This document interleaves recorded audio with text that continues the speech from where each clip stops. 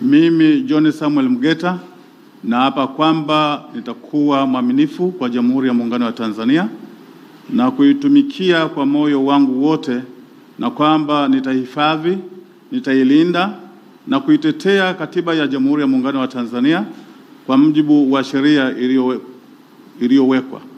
Ewe Mwenyezi Mungu nisaidie. Mimi John Samuel Mgeta naapa kwamba nitaitekeleza majukumu ya mjumbe wa Baraza la Maadili kwa uhuru, bila uoga, upendeleo, huba au hila, na kwamba sitatoa siri zozote zitakazozifahamu wakati nikitekeleza majukumu yangu bila kibali cha tume, isipokuwa katika kutekeleza majukumu ya tume. Ewe Mwenyezi Mungu nisaidie.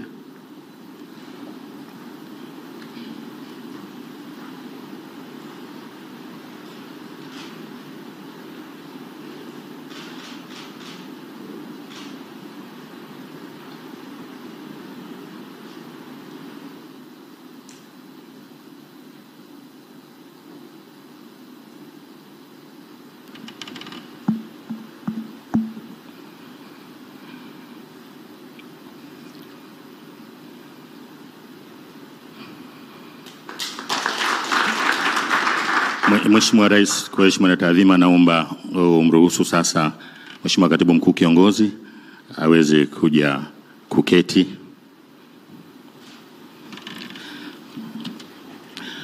Mheshimiwa Rais, mara baada ya tukio la uapisho